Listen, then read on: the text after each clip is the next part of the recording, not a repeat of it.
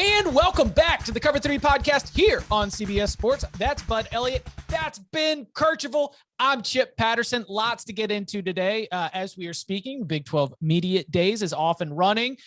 Ben's got a feature on CBS Sports right now on Matt Campbell. Yes, the summer of Iowa State continues here on the Cover 3 podcast. We cannot help ourselves but talk about the Cyclones at least once a week.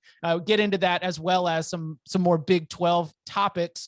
But I want to begin with just some of the conversation around a very high-profile transfer from within the SEC. Former five-star prospect Demetrius Robertson has yet another home. He started his career at Cal, then he transferred to Georgia, put his name in the transfer portal back in June, and now has decided and announced that he's going to take his talents to Auburn. Now, the Georgia wide receiver room we've been talking about all throughout the season, and there are some legal challenges that Robertson has as well that might have a role in either the decision making. I don't know. There's a lot of pieces. It's parking, to this. right? Yeah, like he took a. My guess is he took a parking boot off his car or something like that. I think it's technically a felony, but it's a sigh and like nod your head kind of felony. So a lot of pieces to sort of unpack here. So, Bud, when you saw this move, he's going to be a 6th-year player. He's been around a lot. It's been so long since we really called him a 5-star prospect. Do you think that Robertson was going to be a player that you thought, with the absence of George Pickens, at least for the beginning of the season, were you expecting him to be a top Georgia wide receiver? And if so, I guess this is pretty surprising. I wasn't expecting it to be that good because if you haven't done it in 5 years, if you haven't lived up to the potential, I don't really see it as all that likely to happen in year 6. The possibility of playing time loomed with George Pickens most likely missing the season with his torn ACL. But Chip, I actually kind of took this as a bit of a positive sign for what it means for Georgia's starters at the receiver position. So you have Arik Gilbert, who they are saying is going to play receiver. Okay, cool. Kyrus Jackson, Jermaine Burton. Maybe it means that Marcus Roseme is coming back a little bit ahead of schedule. Is that Jack St. Jack? Yes. Yeah. I forgot when he put the Jack Saint on there. As a recruit, I always knew him as Marcus Roseme. Right. He added the Jack Saint, so I call him St. Jack. It's very unfair. I need to give more respect to his last name, but it's a good way for me to remember it in my brain. That is a cool last name. But you guys see what I mean? Like you would think the playing time would be there, but if Robertson's going to go to a place that hasn't been able to throw the ball in quite a while in Auburn, it has to be because he looked around the room and said, damn, I'm not going to get on the field here. Right. Yeah. I mean, Ben, do you still believe in Robertson and, being able to be a big time threat in the SEC? Well, the good thing is he's going to be entering a room where he has that possibility because Auburn loses a trio of really good pass catchers. I mean, you're losing Eli Stove, you're losing Anthony Schwartz, you're losing Seth Williams. When I was looking back through it, I mean, nobody last year who's coming back had more than 100 yards receiving. So I'm not saying the talent's not there at Auburn, but I am saying the experience isn't there. And you bring in a new coaching staff, Brian Harsin, who anytime you get a new coach coming in, first thing we're doing is looking for competition. We need someone to be able to step up. How they like to say, all jobs are open. They'll give you that line. So I'm with Bud on the fact that, I don't know that he's going to come out and be a 1,000-yard guy and get all SEC consideration. But I think he has an opportunity in a room that is looking for playmakers to kind of finally reinvent himself and get himself at least some touches and get himself a starting position for Auburn this season. When you did your quarterback tiers, how many tiers separated JT Daniels from Bo Nix? A lot. Multiples? A lot. Like it might have been top to bottom. Like that. It might have been tier 1 to the last tier but I remember early on in the season, I was doing a radio drop in Arkansas. We were talking about, because at the time you had the marriage of Gus Malzahn, Chad Morris, who, Arkansas had a lot of vested interest in him because of his time with the Razorbacks. You had Chad Morris, Gus Malzahn, and Bo Nix. And this was a couple games into the season, and I said, 2 of those 3 ain't going to be there in 2021. And I don't know who those 2 are going to be, but that marriage is not gonna see itself to fruition. So it ends up being obviously Gus Malzahn and Chad Morris. Bo Nix, it's kind of the same thing. Like SEC Freshman of the Year, you saw some flashes. There's just been so much inconsistency, and you wonder with all the speed that Auburn always seems to have in the wide receiver room, if nothing else, they're always going to have a track star dude who's able to just go vertical, and you're not able to really do something with that. So, yeah, I mean, I know Bo Nix is probably going to be their guy again, at least for now in the first couple of games. But, oh, man, that's been a trip. That's been a trip at Auburn. Milo Sweet Tea certainly hopes that Bo Nix stays the guy. So that's are they mostly Alabama based? I think it's throughout the South. You could probably get, like, if you go to your local supermarket, shout out Publix as a Florida guy. Yeah. We'll probably find a little Harris Teeter War at some point, Chip. I think you can get it in like Publix down here. I see don't forget Kroger bought Harris Teeter. Oh, and they didn't flip all of the Harris Teeters into Kroger's because, like in North Carolina, like Charlotte, they still want to be able to have the Tajma Teeter and some of the iconic Teeters from around the Queen City still standing. But I'm kind of Kroger Wegmans. I don't have any geographic loyalty to my grocery stores. Whatever's geographically close to my house and allows me to be able to get to the store and back in time for Cover 3 podcast hits and things like that. But are you off on Bo Nix? Are you sort of throwing them like selling stock? Yeah. I mean, if yeah. And I understand that a new offensive system can sometimes reinvigorate your career, but a lot of times I feel like that can happen at another school too, where you just kind of have a fresh slate. And I'm just with Bo Nix, until you see it for the course of a season, I've sold on him. I sold on him a while back too. I don't really know what to think because it's hard for me to figure out like how much is Gus Malzahn, right? I mean, Gus Malzahn offenses have routinely tried to, hey, we're going to throw the ball around more, right? I remember sitting next to Sean White on the plane to the opening, and he had all these offers, and Auburn had just had a season in which they went to the national title game with Nick Marshall, who was a corner at QB. And he's like, man, they're going to start throwing the ball around all more. They're going to really open it up. And I'm like, Gus Malzahn's a wing T coach at his core. Do you really think it's work? Gus's best offense is when you got a guy like that runs a lot. Yeah. Yes, exactly. They're never a good throwing offense. So I don't know how much of that was Gus and how much of that was Bo Nix. So I'm still open to the idea that Bo Nix can be a good throwing quarterback under a new system. He probably has 2 years left, by the way, right? Because he has the COVID exemption if he wants to come back and be a super senior. So he could be there another 2 years, potentially if he makes progress in that system. By the way, the kid UCF has committed right now at quarterback position. A lot of other schools want him as a running back. So absolutely a good fit for what Gus wants to do. He may be going back to his roots. And if so, I think they could do big things there. Ooh, interesting. Another bit of breaking news that happened a little bit earlier in the day before we started recording. The announcement that Frank Solich will be retiring as Ohio's football coach. Obviously, run at Nebraska. He has been at Ohio for 16 wow. seasons. And there's a long run of bowl appearances, my analysis of the Frank Solich Ohio program is it was a very high floor MAC program. I just never really expected a bottom out type season. He always had dual threat quarterbacks that could be very fun, get things going offensively. Ben, you wrote the story for CBSSports.com. When the breaking news happened, were you any coach who's coaching into his 70s? You're always a little bit just sort of setting the watch by it, be like, all right, so when's this going to happen? What do you think? And what'd you take away from Solich deciding that he's going to step away from coaching?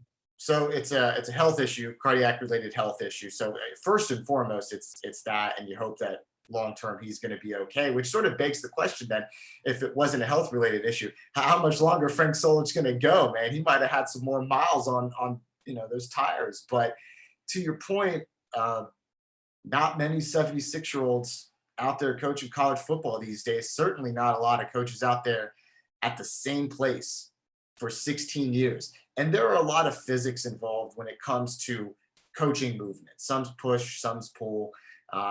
but mobility is kind of the name of the game these days for myriad reasons. But, I thought about this, about Frank Solich a lot, even before the announcement today that he was retiring, is there is a lesson here, which is sometimes when you got like something good going, go with it.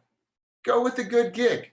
Athens is a cool college town. You got players in Ohio and Western Pennsylvania. I mean, yeah, Ohio's never really lighting the recruiting trail on fire, but they get guys. They find some, like you said, some dual threat quarterbacks who may not be getting Power 5 offers, but they can run and they can throw, they can play, and you're winning 8 games a year, and the administration's not on your back. They're saying, hey, you're taking us to bowl game. I mean, in the 16 years that he was there, they never won a MAC championship. They went to the championship game 4 times. One at every 4 years. They won the East Division. But like you said, high floor, which for the next guy taking over, that means that you haven't reached your apex. You haven't reached your ceiling. You might be able to go out and win the MAC, because it's not like Frank Solich is out there winning the MAC every other year or something like that. And you go like, all right, where do we kind of go from here? You feel like there's still some room to maybe grow, but you knew with Frank Solich, you were always going to be a winning team. And 2012, they go in to Happy Valley, beat Penn State. So, all right, you got a marquee win or two. And I've always thought Frank Solich has a good gig and he knows it. And there is something to be said for that. Guy just wants to coach ball. Ben, by the way, I thought you were going to take Nebraska, right? Realize when you have something good and go with it, for their decision to go away from Solich. But to me, if you had gone that way, I was going to argue with you, because I was going to think it's more like outcome driven analysis as opposed to process driven. And Nebraska was coming off many years in which they were a legitimate title contender, and they did see themselves slipping somewhat under Solich, although I don't think they anticipated they could slip so much further under Callahan, and then Pelini and Riley, and I guess Frost now. But it does kind of speak like, hey, just because your program is operating maybe at its like B level ceiling, just because you make a change, you got to realize if you're making a B right now, chance you can go down. There's a lot more room to go down than there is to go up. Good reminder for the offseason. Yeah, firing the guy's easy. Hiring the next one is hard. And Solich is, man, being the guy after the guy is tough. You're replacing Tom Osborne. Who was there for 75 years. Yeah, it's not like you got a buffer. It's not like you got a little bit of time where people hit the reset and go, okay, we're going to be a 9-4 team. They're coming, I think, 2 years removed from a national, or maybe not even. I mean, they mid-90s, they were winning national championships, and he goes out and wins a Big 12 championship in 1999, and a couple years later, out. Yeah, I liked, I think I was going back and researching sort of like old Nebraska-Oklahoma rivalries, and it's funny how Oklahoma had multiple iconic coaches, and they all faced Osborne. Like Osborne was like a multi-generational coach at different levels. And then, take it all the way into the 90s when he started facing off against, Florida State, Miami, all those schools. It's very, very interesting. Hey, we want to welcome a new podcast to the CBS Sports family just in time for the Tokyo Olympics. Attacking Third will cover the U.S. women's national team then as they aim to capture gold, as well as the NWSL at least 3 times a week, making it the most comprehensive podcast in the space. Join hosts Sandra Herrera and Lisa Roman as they bring you previews, recaps, exclusive player interviews, and much, much more. Download and follow Attacking Third wherever you listen to this great podcast. Go Carolina Courage. Let's go. So right now, I mentioned it earlier, as we are getting things going, Big 12 Media Days is starting right now. There are 2 days. We'll have Iowa State is out there today. I believe Texas and Oklahoma is tomorrow. You'll also have some TCU. Oklahoma's today. Oklahoma's today. Ooh, so all right, what are we looking for? What are some of the topics? Is that they're way out in front? We're going to get just pounded with SEC, and ACC sort of like is also going on, and Big 10, but Big 12 does have a little bit of a spotlight. I don't know what the big national demand is for Big 12 Media Days updates, or whether we're just going to be getting good photos of the drip tough emoji, stuff of how the players are looking, and I hope they enjoy it. But what are some of the questions that you have for the Big 12 that may or may not be answered? So for Lincoln Riley, the quest has been defensively, how much progress are they going to be able to make? And he's taken the steps. Hiring Alex Grinch was a great move. And you've seen, I think, some tangible improvement. I mean, I don't think there's any doubt that they're better defensively now than they were when Mike Stoops was the defensive coordinator. But schematically, Alex Grinch, who does a great job, can only get you so far. You need the players. You need the Jimmies and the Joes. And I think they've actually done kind of quietly a good job addressing that over the past couple of recruiting classes. And they had some spring stars who were freshmen, maybe some redshirt sophomores kind of sprinkled in there, who the past couple of recruiting classes, I think they're going to end up being major role players this year. Woody Washington's one of them at cornerback. Billy Bowman, who's a freshman safety, he was actually kind of a spring game hero a little bit because they had some guys absent on the defensive side. And these were guys who, when you go back, and Bud might be able to shed a little bit more light on this, but I think when they were being recruited, a lot of these guys were athletes. They weren't necessarily position-dependent players that they knew that they were going to put in right away. They just knew that they were 5'11", 175 dudes who could run. And they said, okay, we need those types of guys in the backfield because, SEC is certainly catching on to this, but Big 12's known it for a really long time is you need really good corner play and you need guys who can make plays in space. And that's a hard thing where you're not going to win games 20-17, but you need to be able to make enough stops and you need to be able to get turnovers. And they've really addressed that part of it. And we know going into 2021, Spencer Rattler is going to be a Heisman favorite. We know they got guys for days at wide receiver. They bring in Eric Gray at running back. They've reloaded on their offensive line. All that side of the ball is fine. What can they do on defense so that if they run into the Clemson buzzsaw or they run into the Alabama buzzsaw, that they can go toe-to-toe with them and make enough defensive stops? I think that's going to be their X factor going this year. That's going to be their major storyline in Arlington, 100%. I think that's pretty interesting, Ben. I think a large part of it too is just, what is this? The third year? Great. Yeah. So, I mean, I'm sure Riley wanted to get rid of Stoops much earlier than he could, but like Stoops' brother Bob hooked him up with the job by retiring when he did and basically set up the whole succession plan. So you can't just axe the brother of the guy who gave you one of like the top 10 jobs in the country. Getting guys in there that fit his system, getting the guys who are already in there to believe, I think is a big deal. And just keeping some of these guys healthy and not suspended, not getting attrition out has been a real cause for positive progress. I think they made steps last year. I know we have been kind of reluctant to say, hey, look, this happened last year, and this is meaningful progress because last year was a really weird year. But I think in 2019, they were very much turnover dependent. And I was skeptical that they were making real progress because, as we know, turnovers are not all luck. But there's a pretty, there's a large luck component. Right. I thought last year they were actually better on a down-to-down basis, not totally reliant on the turnovers. Their cover guys were better. They were able to get a little more pressure up front. I think they could still be susceptible to the run in some cases. I know my friend Bill Connolly kind of wants to know how big they'll be up front still, but they've addressed that some. I think they're going to be a pretty damn good football team. Well, yeah.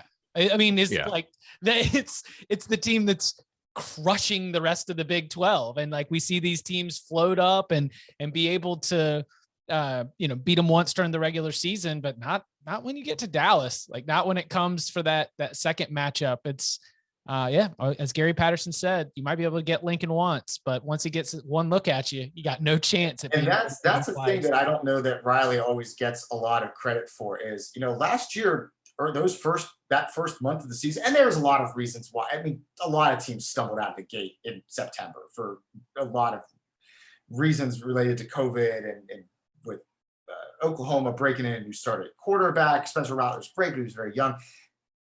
Lincoln Riley teams, man, from September to December, they are a lot of times very, very different. And I don't know that he always gets enough credit for being a great guy early on and saying, okay, here's what's working, here's what's not. And then by December, I don't know that window is closed in terms of beating them. So we'll get to Matt Campbell and Iowa State stuff here in just a little bit, but it's also tomorrow going to be on Thursday. Steve Sarkisian comes out. He is addressing the Big 12 media. He's, got this team that he inherits that was a couple of one possession games away from being really, really good. Do you think that the expectations for Sark, at an event like Media Days or within the Texas community, do you think that the expectation is that he comes in, turns the key, and this thing is ready to at least race against Oklahoma? Do you think the car is fast enough? Because I'm going all gas, no brakes. I'm taking right from Sark's recruiting pitch. Do you think that his car is fast enough to be able to keep pace and at least make this thing interesting with the Sooners? I think the car will be fast enough. I don't know if the car will stay on the road. Explain. Okay, first of all, my prediction is Hudson Card starts. Okay. I think the longer this goes on, I think it's more likely, and this isn't always the case, but the more likely the younger guy is the dude. And Casey Thompson was incredible in the bowl game. I might have suited up for Colorado in that Alamo Bowl. I mean, they were really just depleted, but he played well. Him and Bijan Robinson were great. But the longer that competition goes on, you're bringing in a new coach, Hudson Card, big time recruit, dual threat kid, and of the different high schools, but of the Sam Ellinger local kid in the backyard mold, it's so, I think that wouldn't be the reason, but I think there's that storyline in there as well. So I think, first of all, if it's not week one, I think eventually Hudson Card gets the keys to that card. But here's actually probably the bigger concern that I have. It's at wide receiver. Brandon Eagles is gone. Poor Jake Smith. That kid gets a broken foot on the first day of practice. He's out now. He's transferred over to USC with the rest of the Texas Longhorns. And so, okay, you gotta find your wideouts, and that's going to take some time. And the first thing you do is you play Louisiana, a very similar team to the one last year. We're talking about Iowa State in a little bit. Beat the Cyclones by double digits. It was, kind of big play dependent, but they went to Ames and they won by double digits. And then they got to go to, yes, sir, Sam Pittman, Arkansas. That's not going to be easy. And, then a couple games later, you get Oklahoma. Your starting slate is not kind to a team that's sort of trying to hit the reset button and get going. I have no questions that it's going to be all gas, no brakes. It's just, and when you're starting things off, you kind of just want to say, all right, we're just going to go do it. And if you mess up, fine. But there's some potholes in this road, Chip. I'm okay with that. I think your point about the receivers is pretty interesting. Although I got to say, some of these guys that they lost were pretty disappointing, including Brennan Eagles. They couldn't have been happy with what they got out of Eagles over his career. I like their options at quarterback personally. I think your pickup card is fine. You follow this pretty well. I think Hudson Card has a lot of ability. It could be Casey Thompson, it could be Card. I think. It's Texas. So on the one hand, I'm going to say you almost have to try to screw it up. But on the other hand, I think you have to be willing to admit that sometimes there are institutional challenges that maybe if you're not inside the program are bigger to overcome than we even realize. And sometimes we hear whispers about them, including some reported stuff that comes out. But it's not maybe as easy of a job as you would think. I think Texas, I don't think they're going to challenge Oklahoma this year. But can they finish third in the division, or excuse me, there's no divisions, obviously. Can they finish third in the Big 12? Can they finish T3? Can they finish 4? Their win total in Vegas is what, 8 or 8.5, I think? It's 8, but other than when Tom Herman took them to the Sugar Bowl a couple of years ago, Was it the Sugar Bowl or the Peach Bowl? I think it was the Sugar Bowl. When they beat Georgia? When they beat Georgia. Right. Other than that, they've never won more than 7 regular season games in the past decade. And I'm sitting here, I was just about like, and anything lower than 4th is a disappointment.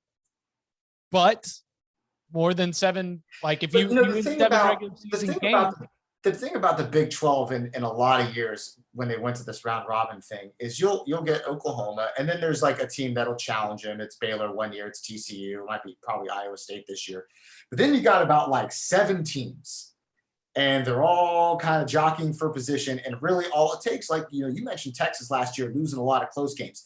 The difference between finishing 5th or 6th in the Big 12 and finishing 3rd a lot of times isn't very big. I mean, that's not exclusive to the Big 12, but it's just a lot of those teams are so close that one's going to jump up and kind of have a year and get some breaks to go their way and get some calls. And, they're going to finish 9-3 and 3rd in the Big 12. So can it be Texas? Sure. Sure, it can be Texas. But you're not, you too many questions right now for you to be able to put, like when we're doing. Given the recent history and some things that I'm buying from some other teams, I'm not going to pick them 3rd. Yeah. So like when we do our Big 12 predicted order of finish on CBSSports.com, and they put our dumb little faces in that table and they send it out and tag all of our Twitter accounts, and mentions just gets old takes exposed. I just ready to go. So when you do that, what are your, and I'm not going to hold you to this obviously, but sure. What's your like top 4 or 5? So it'll be Oklahoma and Iowa State, and then it kind of goes without saying.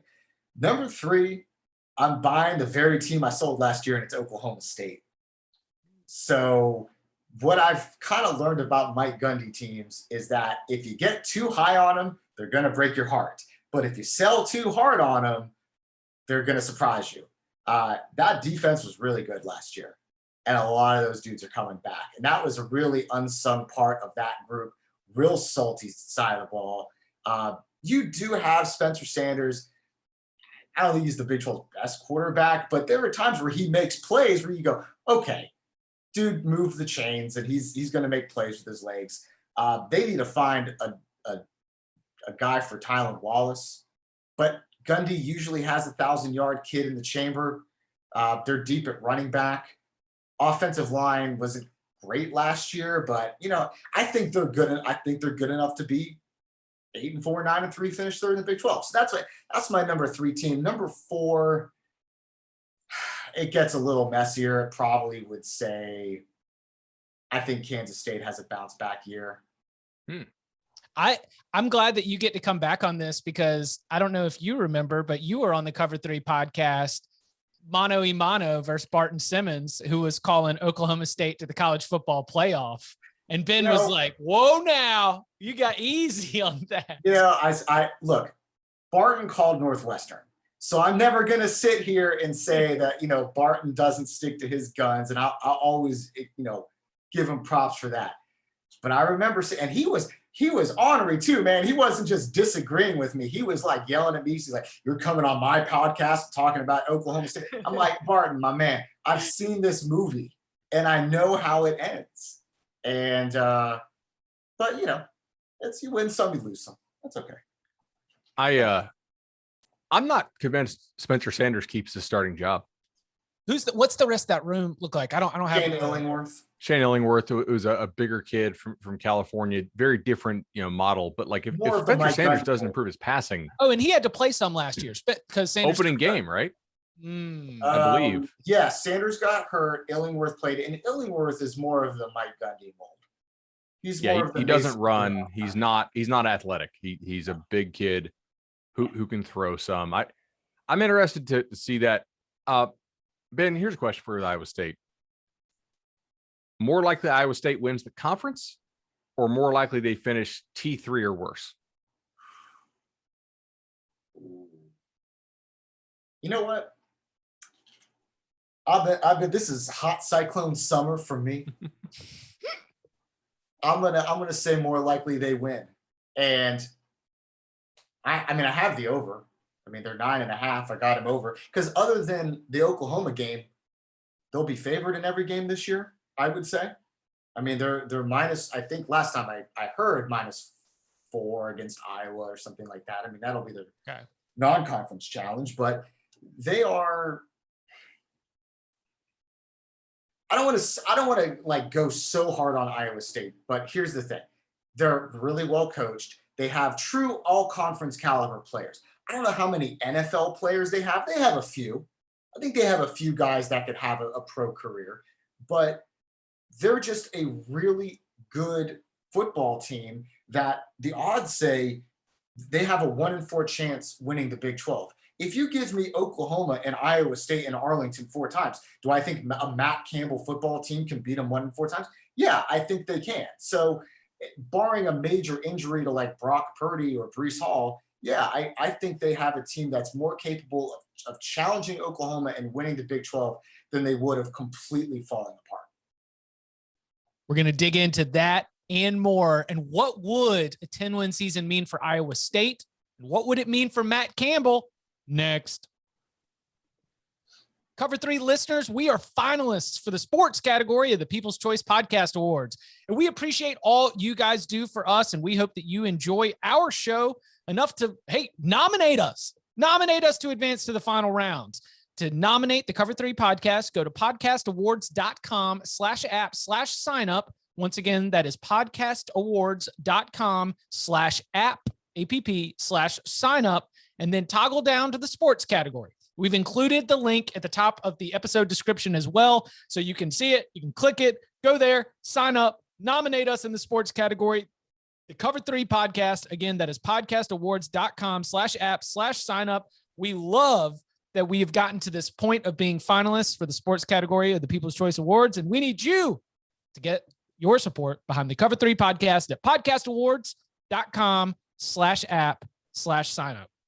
Shout out to the Eye on College Basketball podcast, Matt and Gary, as I just absolutely copy and paste this bit, but trivia time. All right, bud. Do you know how many times Iowa State has had a 10-win season?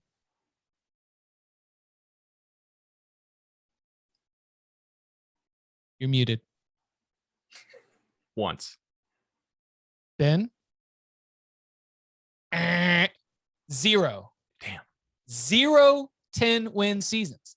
And that was one of the things that Ben, I'm not going to just like read your column here. I'm going to let you talk about it. But it was just one of the like sort of entry points to the feature on Matt Campbell is like, guys, it's a hot cyclone summer. You know, we're talking about winning the Big 12 is more likely than finishing T3 or worst, you know. But this is a program that has never won 10 games and has only finished in the final AP poll 3 times ever. And this is a program that's been around for more than a century. How do we wrap our heads around the potential of this team this year and where it stands in comparison to everything that Iowa State football has been? This is why I go back to in the last segment about not trying to like go too hard on Iowa State, go all in too much. Because when we start talking, and I'm not saying that Iowa State is thinking playoffs here. I actually don't think that's really the case for them. They're not that starry-eyed. But sometimes then you kind of lose the forest for the trees and you go, it's okay to have a really good year. You don't have to win every game. But you know, I think they have their sights set on a Big 12 championship. The problem is, I think Oklahoma's going to be better this year. The window to winning the Big 12 was a little bit more open last year than I think it was this year. The challenge is greater in 2021 than it was in 2020. That being said, I think they can still do it. I mean, clearly they're good enough. They beat Oklahoma last year.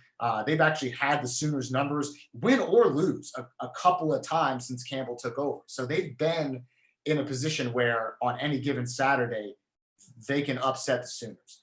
So they can do that. But if they go 10-2 or 10-3, lose the Big 12 championship game or something, it's still the first 10-win season ever. Yeah. And they're coming off a Fiesta Bowl win. This is a group that again, I think some of it is related to the fact that I don't really know so much about their NFL prospects, but this is a group of upperclassmen who said, we have unfinished business. We're coming back. And they're good players. I mean, Mike Rose comes off Defensive Player of the Year for 2020. He's the preseason pick again this year. Great linebacker for them. They have Will McDonald up front. I saw this come across the ticker yesterday. PFF said they are the best defensive team in the country at getting pressure with 4 guys. So defensively, getting the job done. The key for them to really, I think, match what Oklahoma can do, you got to find a deep threat. And they have a couple of possibilities. You got Tariq Milton, who was injured last year. I think only played in about 6 games. He's kind of more their deep threat guy. Xavier Hutchinson, big body dude, but maybe not necessarily the guy you're going to rely on for quick strikes.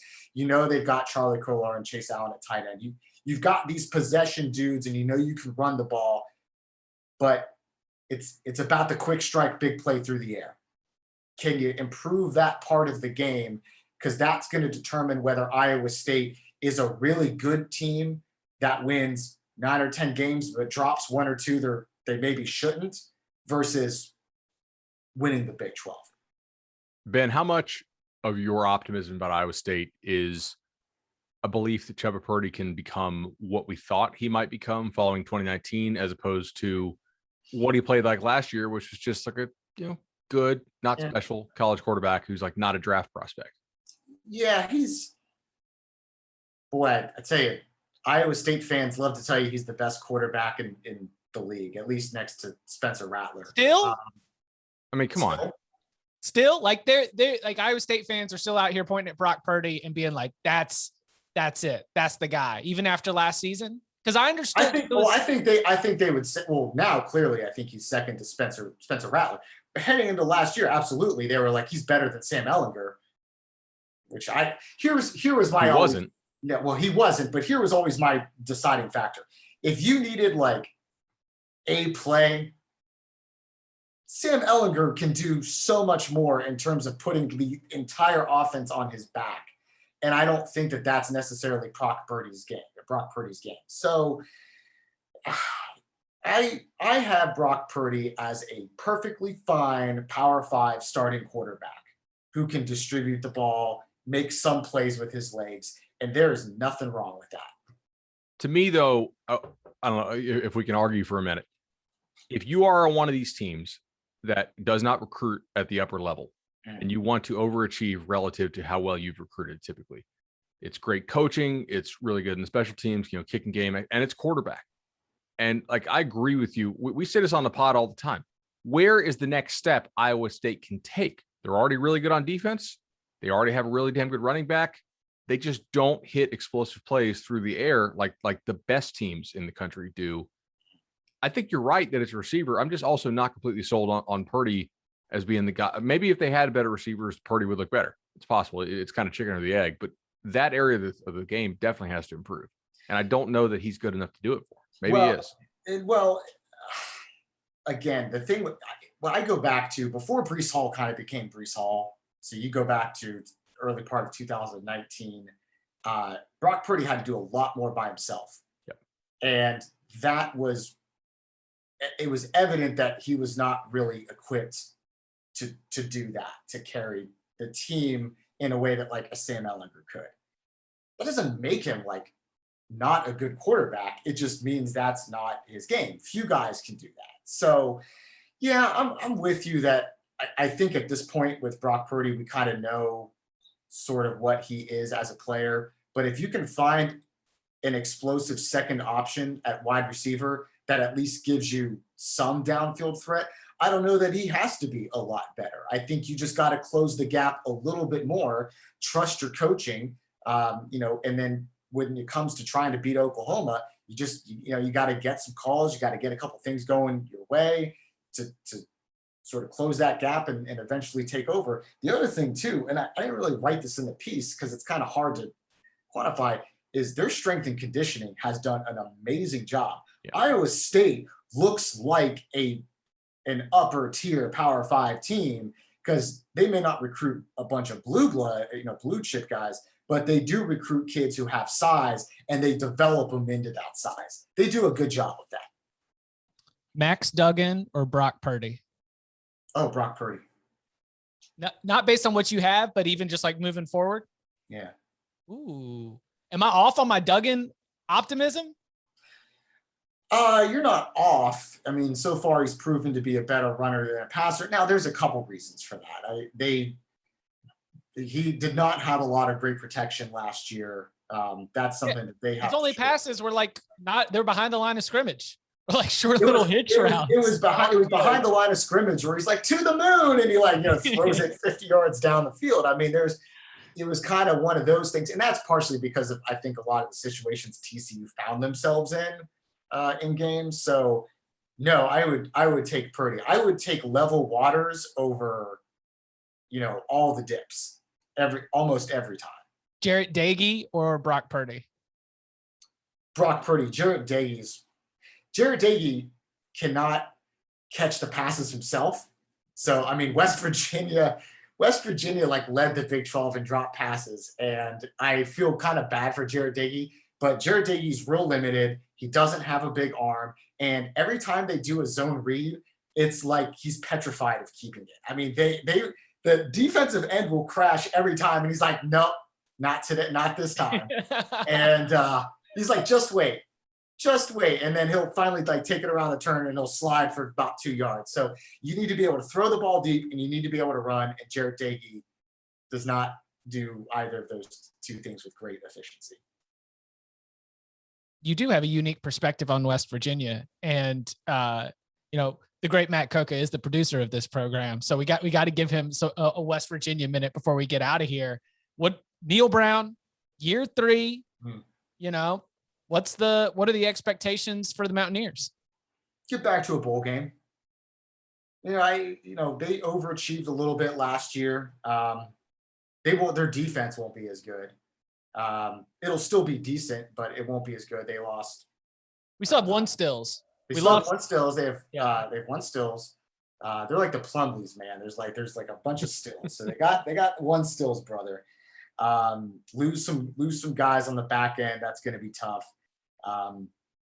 If those receivers can start catching balls, their over under I think was 6. I don't know, right.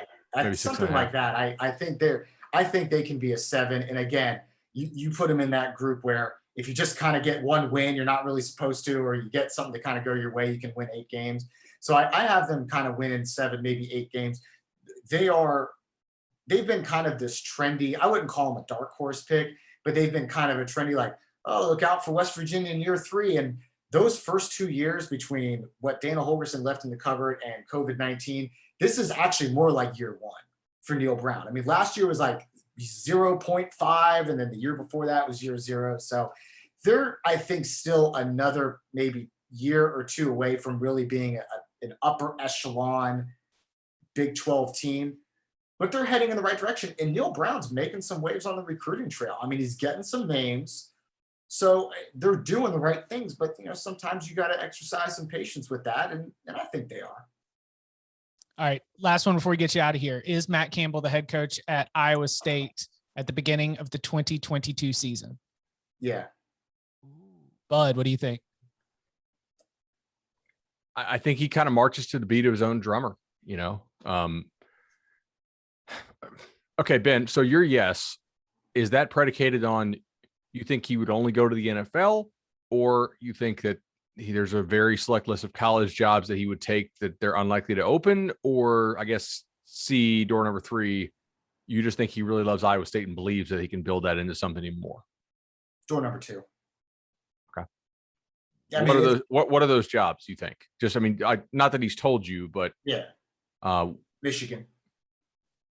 So you think Michigan is not open, therefore Matt Campbell is at Iowa State? Yeah. Like not Notre Dame. Not that we think it's going to open. Could be Notre Dame, but you know what I'm saying. It's like 1 or 2 of those types of jobs. And Iowa State fans, they get real sensitive about this. And what you have to understand is coaching movement. We just talked about Frank Solich. Those Frank Soliches they're not around anymore. You know, there are very few coaches who stick around for a very long time. And it's a lot of times it's not about the program. It's not about, I mean, I kind of think they're sort of hitting their apex at Iowa State, but I mean, it's just kind of like, all right, there's just the next challenge. And coaches they get kind of weird bugs up their butts, man. I mean, you just don't know what they're going to do and what they're thinking and where they're going to go. And I just think movement is a part of this industry. And so I think he's there in 2022, but you get one of those Michigan Notre Dame jobs opening up, and I think he's there. Yeah. I think that the potential of a Matt Campbell could lead somebody to have an itchy trigger. I don't know if it's Michigan, but if you think you can go get Matt Campbell, that could definitely change the calculus for an athletic director. He is one of two, and this is just me making a bet, little barroom like thoughts right here. But Billy Napier at Louisiana brings freaking everybody back. Hey, we're going to go do one last run. Matt Campbell brings freaking everybody back. I feel like they both really commit themselves to this season and then are maybe a little bit more receptive to the phone calls when it comes to what happens after this. You know, you could almost like professionally put it as like a chapter. Like, you know, like we went out with like these recruiting classes, this group of guys, we gave it our all, we made a run, and now it's time for, like, instead of starting over at Louisiana or instead of starting over at Iowa State, it'd be nicer to start over with more money and more resources somewhere. So here's a little tidbit in doing my research for the Matt Campbell piece. 4 coaches have stayed longer than 6 seasons. At Iowa State? At Iowa State in its history. Dan McCarney, go Mean Green, he was there for 12 years. Other than that, it's been pretty few and far between. So if he does leave after this year, he'll join the chorus of other coaches who it's been, and a lot of them it's because they've been fired. I mean, very few. Earl Bruce was one of the very few coaches to actually leave Iowa State with a winning record. So I mean, some of it is just, you know, what the history tells you. So yeah, I mean, it's going to be real interesting to see what he does with this. He is Ben Kercheval. You can follow him on Twitter at Ben Kercheval. You can follow him at Bud Elliott 3. You can follow me at Chip_Patterson. Gentlemen, thank you very much. See you.